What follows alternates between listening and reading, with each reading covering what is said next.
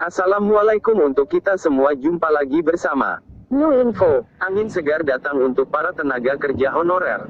Mereka tak akan langsung diberhentikan pada 2023. Menteri Pendayagunaan Aparatur Negara dan Reformasi Birokrasi, PANRB Cahyo Kumolo menegaskan kebijakan ini adalah amanat Undang-Undang 05/2014 tentang ASN yang disepakati bersama Dewan Perwakilan Rakyat DPR.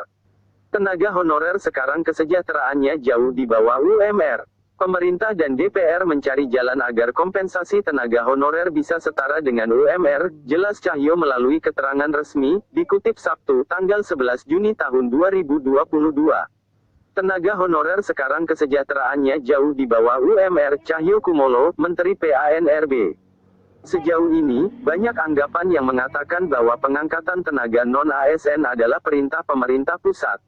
Namun, ya mudah-mudahan tahun ini teman-teman yang usianya di atas 50 tahun itu mendapatkan prioritas ya.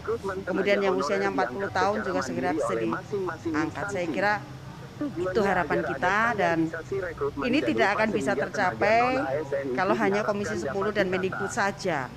Jadi ini membutuhkan kerjasama dari Kemenpan-RB, Kementerian Dalam Negeri, Badan Kepegawaian Nasional, dan pemerintah daerah. Maka model pengangkatannya melalui outsourcing. Yang saat ini statusnya honorer tidak langsung diberhentikan tahun 2023.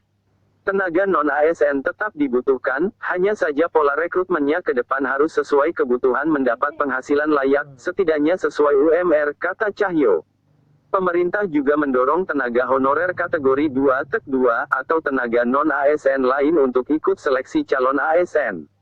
Seleksi ini bisa Komisi 10 DPR RI mendukung para guru dan tenaga pendidik atau GTK honorer menjadi PPPK ataupun ASN. Ditemui saat kunjungan kerja Komisi 10 ke Sragen, Provinsi Jawa Tengah.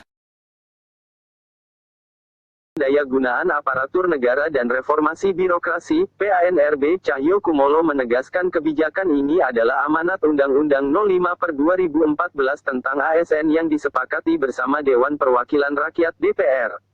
Tenaga honorer sekarang kesejahteraannya jauh di bawah UMR. Pemerintah dan DPR mencari jalan agar kompensasi tenaga honorer bisa setara dengan UMR, jelas Cahyo melalui keterangan resmi, dikutip Sabtu, tanggal 11 Juni tahun 2022. Tenaga honorer sekarang kesejahteraannya jauh di bawah UMR, Cahyo Kumolo, Menteri PANRB. Sejauh ini, banyak anggapan yang mengatakan bahwa pengangkatan tenaga non-ASN adalah perintah pemerintah pusat. Namun, Menteri Cahyo menjelaskan bahwa anggapan tersebut adalah salah. Sejak beberapa tahun lalu, rekrutmen tenaga honorer diangkat secara mandiri oleh masing-masing instansi. Tujuannya agar ada standarisasi rekrutmen dan upah sehingga tenaga non-ASN itu diharapkan dapat ditata.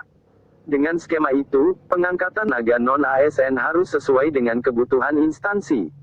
Untuk mengatur bahwa honorer harus sesuai kebutuhan dan penghasilan layak sesuai UMR, maka model pengangkatannya melalui outsourcing. Yang saat ini statusnya honorer tidak langsung diberhentikan tahun 2023. Tenaga non-ASN tetap dibutuhkan, hanya saja pola rekrutmennya ke depan harus sesuai kebutuhan mendapat